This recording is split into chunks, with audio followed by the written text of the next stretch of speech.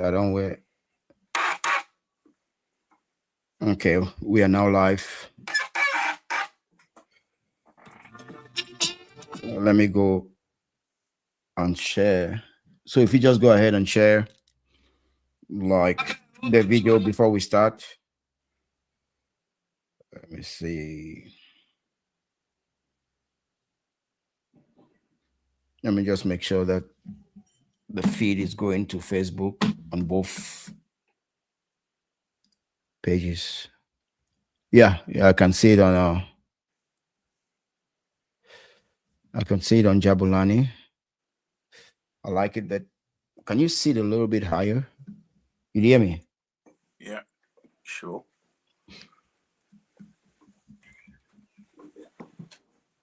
Oh, actually, no. Okay. But I can So let see me how. let me share. Let me just share Cameroon, South Africa preview.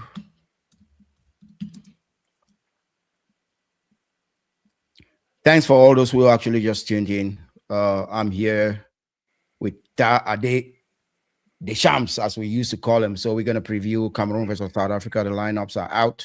We're going to talk about the lineups. But before going to the lineups, we're also going to talk about the games that also played. 16 finals game that actually played. There are three games that played. That was Senegal actually uh, Sudan. played Sudan, winning by a score of 3 goals to 1. Then we had Mali. Some people look at that Mali game as an upset. I don't look at it as an upset. But we're going to talk about that Mali game, Mali versus Tunisia. And then Morocco just had a scare against Tanzania. I mean, we're already into this. And what do you think about? Let's start with that Morocco Tanzania game. I actually think Tanzania was actually well organized without the ball, and with the ball, they defended as a team. Their movement was actually good enough, and that prevented Morocco from, having free shots on target. They had to struggle, and they got that goal through Brahimi. For me, he's been our player of the season so far. I mean, what do you think about that game? How did it play out, in your own opinion? Yeah, I think it was always going to be a tight game for Lion. I think what we've seen so far from Tanzania in the group stages was a team that played compactly, a team that was very resilient, and a team that was very athletic. And this is reflective of the continental game, isn't it? It's a team that is made up of a lot of players who play on the continent. So you would expect that style of football.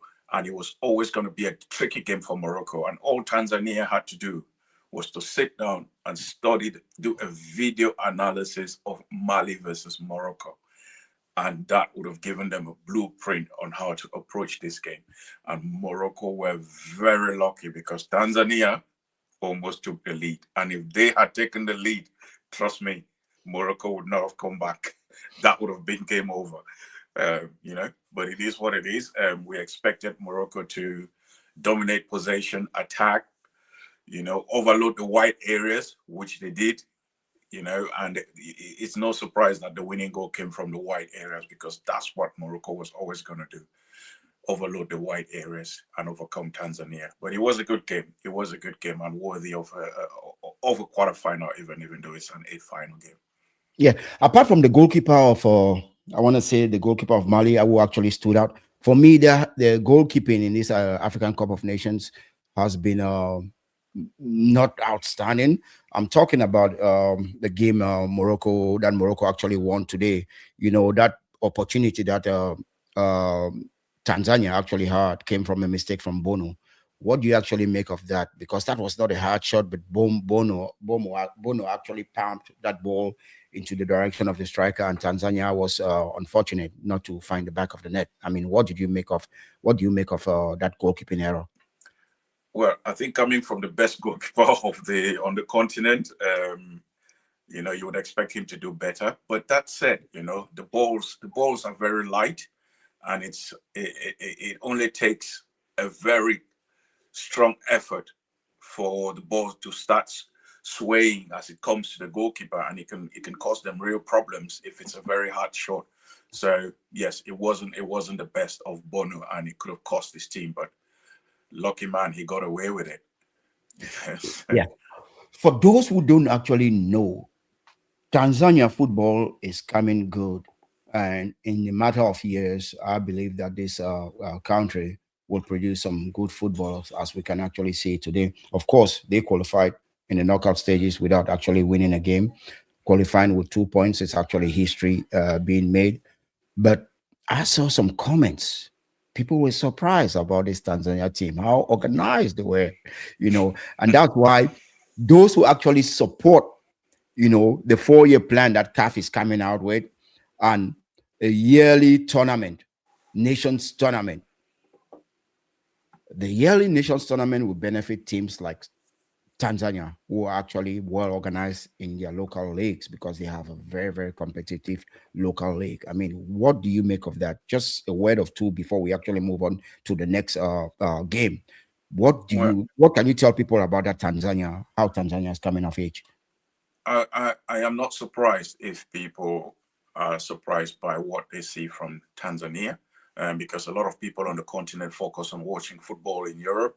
I do not blame them, because obviously coverage of African football is very minimal. Um, but if you're following just club football at the continental level, Tanzania is always having teams at the semi-finals of the Champions League or quarterfinals of the Champions League and the Confederations competition semi-finalists. So, when it comes to club level football in Africa, you've got, surprisingly for people, Tanzania is now becoming, is now slightly above Morocco. Because in the last few seasons, yes, Morocco has won, clubs from Morocco have won the competition. But if you look at the semi-final level, now you're having teams from Egypt, South Africa, and Tanzania. So Tanzania is coming up in terms of club football, and that is reflecting in international football. So most of the players you saw today all play their football in Tanzania and South Africa, with one or two who play abroad. So, they are doing some good things down in Tanzania, and hopefully in the next 4 or 5 years, we'll be seeing them around the quarterfinals of the AFCON.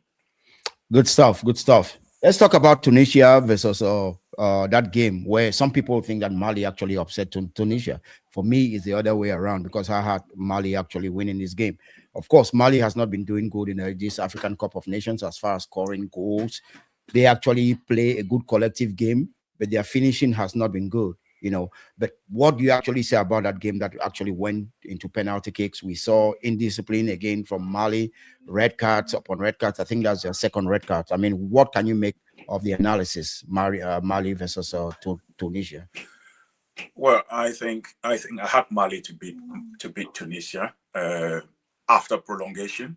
If you read my analysis yesterday, I was predicting a draw, a tough game, because the Maghreb countries tend to play a similar kind of game, and I thought Tunisia would present themselves in the same way almost as Morocco, because these teams tend to play like European teams, and Mali would be more physical, more compact, and athletic, and they would be difficult to break down for Tunisia. And yes, some people thought it was an upset. No, it wasn't, because Tunisia has never beaten Mali at the level of AFCON.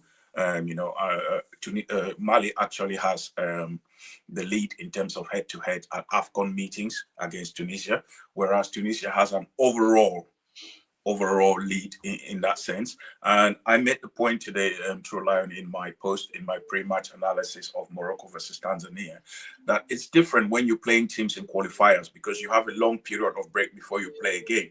But when you're playing teams that are physical and electric back to back, it's very difficult and it's very different. So you play Mali today, and then in 4 days' time you play Nigeria, and then in 3 days' time you play South Africa or Cameroon. You're going to lose to one of those teams. Whether you're the best team in the world or the best team in Africa, you're going to lose one of those games because it's exhausting and it takes its toll on you. And some players might get injured and things like that.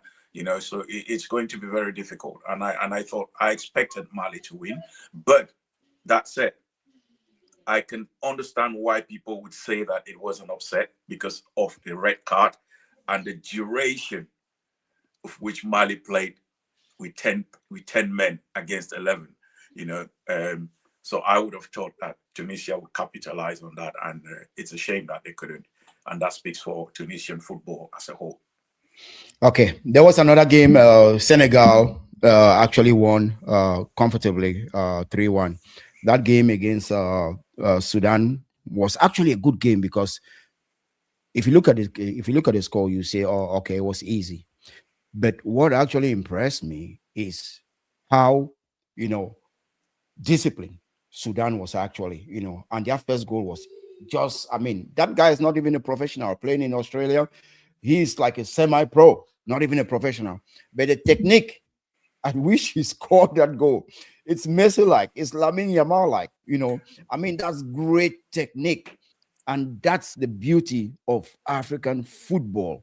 However, I like the response of Senegal because, in my opinion, they are my favorite to actually win it all. However, if you see the way what's the scorer's name again? Actually, he scored two goals. I mean, the composure, you Top game. know, yeah, Pap Gay who plays for Villarreal. The composure, coming from that midfield position and exploiting the space and scoring that goal. I mean, what do you think about this team, Senegal? I know it's not going to be easy, especially when they play Mali in the next game. But what do you make of this team, Senegal? I think Senegal, in terms of squad depth and the players that they have, it's for me, it's the best team in Africa. For me, forget about Morocco going to the semi-finals and all that. For me, when you look at squad depth and the quality of players in a team, Senegal is the best squad in Africa in terms of players. You know, um, I did. Obviously, everyone expected Senegal to win, but I absolutely enjoyed watching Sudan. It was like watching a professional team playing against a street team. You know, the guy who scored the goal for Sudan, Abdallah, it was a pure joy. I spent the whole day watching him playing and having fun as if he was in the park, and he gave Senegal a lot of trouble, especially in the second half, down that right wing. I absolutely enjoyed watching him. There were some good kids in that Sudanese team, and I'm very sure Sudan will come back stronger. Like you said, they were very compact, very resilient, and that reflects the kind of game that Mr. Kwesi Appiah plays, as a manager. So I wasn't surprised in terms of how Sudan was going to turn up, or how Sudan was going to approach the game. But yes, I was surprised by the fact that Sudan actually led, and they could have gone 2-0 up. So, and that could have made things really complicated for Senegal. But looking at the game, I think Senegal approached it with not much respect for Sudan, and they almost paid for it to some extent. Yeah, and we cannot just conclude talking about Sudan without talking about what's going on in Sudan as far as war is concerned. So these players are playing with a lot of heart. And I saw one journalist, a Sudanese journalist, talking about Apia. He talked about Apia with so much respect. And I don't like seeing when African countries, right, if they're hiring foreign coaches, just like Nigeria, they hire like African coaches. You see what I'm saying? So I just like that because it's giving a stage, it's a good image, for African football.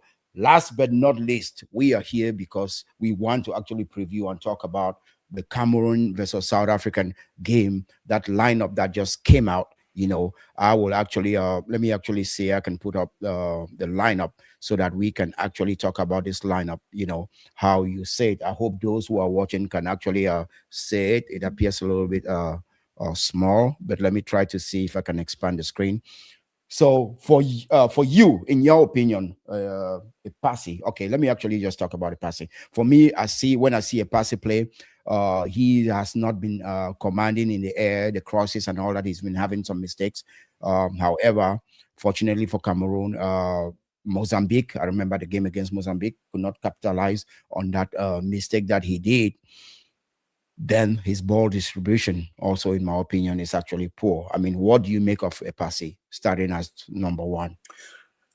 You know, for me, in terms of goalkeeping, I am old school in terms of goalkeeping, in the sense that I grew up in an area watching football where you didn't need a great goalkeeper to have a great team. So in the early 90s, for example, Rossi from Milan wasn't even the Italian goalkeeper. You know, Zubizarreta was a goalkeeper of Barcelona, but he wasn't one of the best. You know, Olympique de Marseille had Pascal Ometa, who wasn't the best goalkeeper in France. He wasn't even the substitute for the French team. You know, so you didn't. Those great teams did not have the best goalkeepers. You know, so for me, it's about the team and how the team works with a goalkeeper. I understand where you're coming from in the sense that Cameroon could have taken the best goalkeeper. Yes, they could be the best goalkeeper, but it could lead to destabilization. And that is not a good thing to have within the team. But in terms of Epasi's play, look, my reference point for Epasi has always been the World Cup because prior to that, his involvement with the national team was very limited. And when I watched Epasi play against Brazil, I was like, wow. If you go back and still replay that game, even Joseph Antoine will be envious of that performance that day.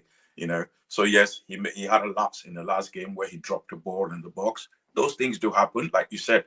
Yasin Bono, who is considered the best goalkeeper on the continent, he made a mistake today, but he was bailed by the miss. You know, so those things do happen. I think Epasi has been reassuring.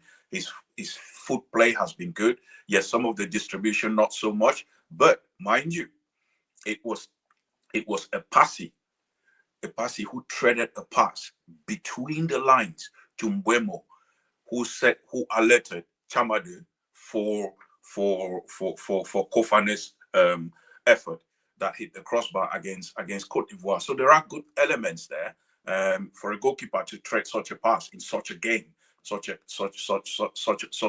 big game. You know, that was really impressive on him. So I have nothing against him. I hope that he plays well today, and he's not one of those goalkeepers that I have concerns or I become jittery when the ball is going towards the goal. No, he made many good saves against Gabon, some good saves against Cote d'Ivoire. So he is a reassuring goalkeeper. He is a reassuring goalkeeper. Not better than Onana, but he is reassuring for the Indomitable Lions.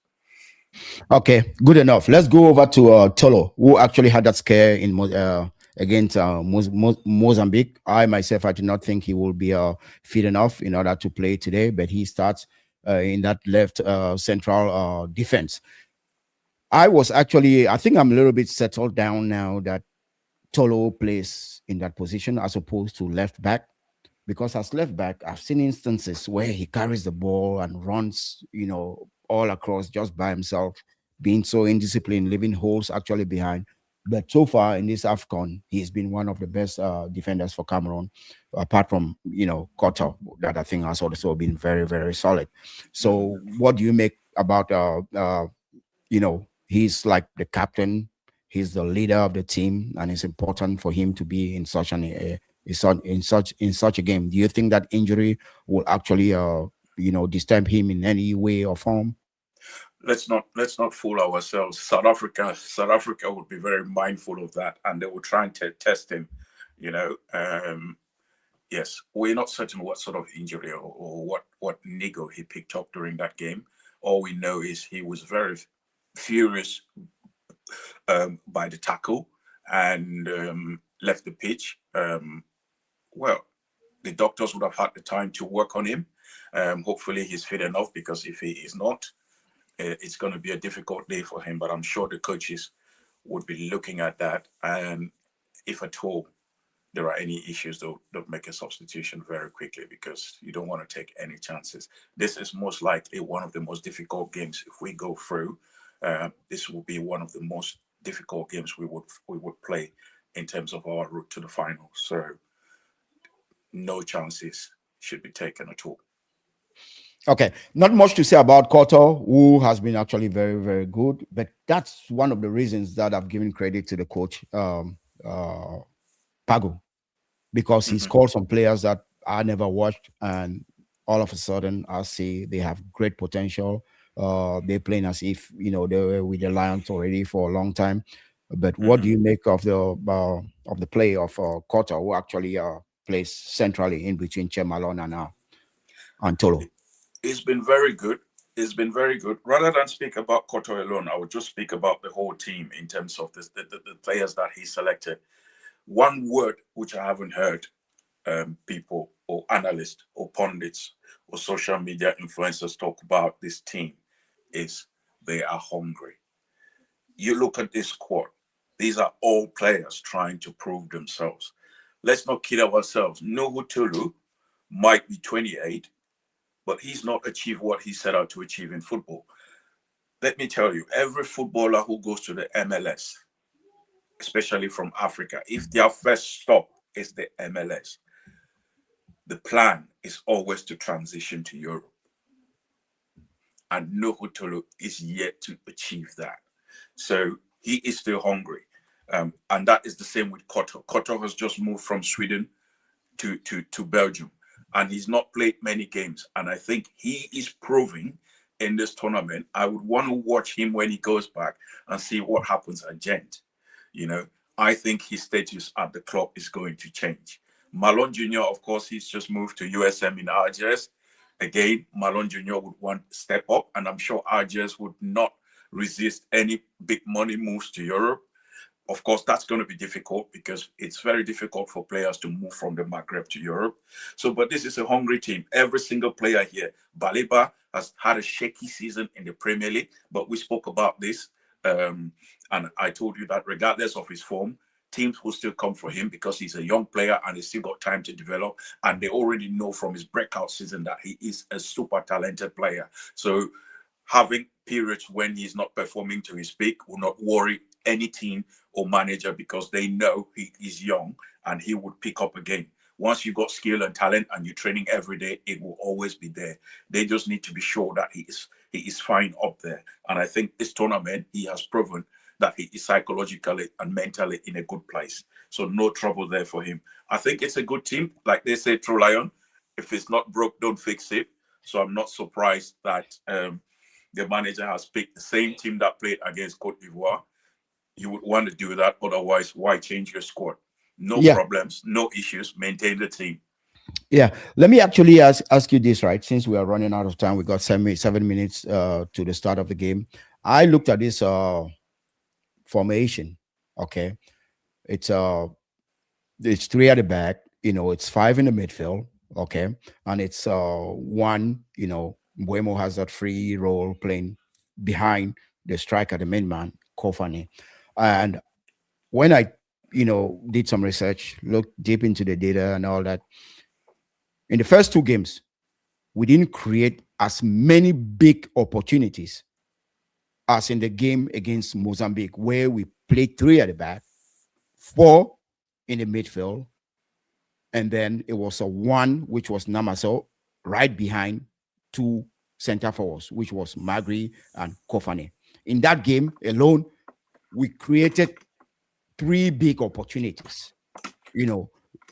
I look at that game and I say, okay, yeah, Cameroon actually went and attacked Mozambique, given the situation, given what was surrounding. Actually, we were already Sorry, qualified. sorry. What do you mean by big opportunities? I mean, like clear chances. When I say big Oh, opportunities, I mean oh, like clear chances. against Cote d'Ivoire, we had at least 4 or 5. You need to watch the game again, mate. Which ones We were there? had we had a cross in the first half that Nagida came at not Nagida, Yeah, Young that Boy. was Second yeah. post, second post. We had that. We had the Kofane one, yeah, and then we had the one where Namaso hit the crossbar, and then we had the one where there was a player on the floor and Namaso was running on a ball, a loose ball in the 18-meter box, and Namaso kicked it out off outside the goalpost, or was it over? I can't remember. So we had quite some good chances. Then Wemo had one, which he laid off to Chamadu in the first half, and Chamadu hit the shot over the crossbar. Man, go watch that game. Cameroon Yeah, created very good chances against Cote d'Ivoire. It's just that we didn't take those chances. yeah, but the chances that was created against Namibia was still like more chances. It was more of an offensive game. When you saw that we have five offensive players, okay, players who can actually like carry the ball, five offensive players. However, I had an issue with a guy like Mbuemo playing at wing back, okay, because that was where like you need a lot of stamina moving up and down the field. And I think Cameroon, for Cameroon to actually exploit the talent or the skill set of a guy like Mbuemo, he needs to play actually closer to opposition's goal, and he doesn't need to have a lot of defensive duties. I mean, what do you make about that? It's But a tournament. We see Mbuemo has not scored a goal yet, right? However, You see a guy like Ahmad who plays behind Buemo in Manchester United with 2 goals already. Don't you think that if Buemo has opportunities, if he has a service, he's gonna be lethal for Cameroon? Well, if he has the opportunities and the service, yes, he could be. But I think when you're looking at the games, you have to go game by game, and things do change. Now, against Mozambique, we had two strikers. We had Magri and we had Kofane. So that definitely means Mbemo would play a different role, not the same role as he played in the first two games. So we have to accept the tactical dispositions of the team for every game that the coach decides to go by. So yes, we sometimes we will disagree with them, but they have reasons why they're testing out this.